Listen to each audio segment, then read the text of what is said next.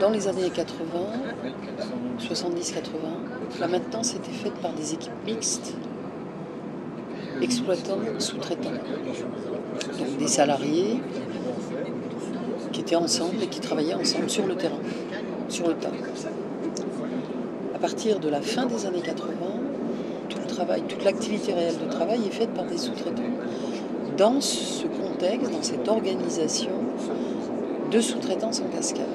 Ce qui veut dire que du côté d'EDF, il y a une perte de savoir-faire, d'expérience par rapport à ce qui se passe sur le terrain. Du côté des sous-traitants, comme finalement c'est des gens qui sont extrêmement mobiles, qui vont d'une centrale à l'autre,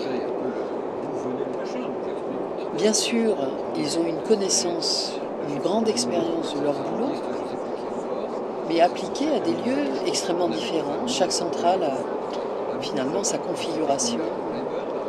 Et en fait, sur la centrale elle-même, qu'est-ce qui reste de cette expérience? Rien la plupart du temps. Parce que les mêmes sous-traitants n'interviennent pas.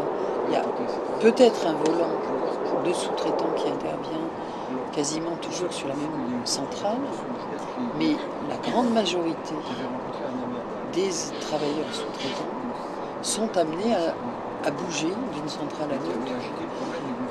Ce qui fait que le capital de savoir est complètement flexibilisé au même titre que les travailleurs sont des travailleurs flexibles. Un pépin sur une centrale,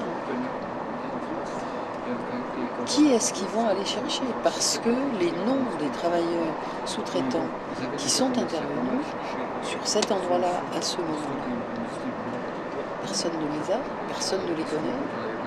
Donc, du point de vue de la sûreté, ce mécanisme est un mécanisme de la sous-traitance en cascade, est un mécanisme redoutable.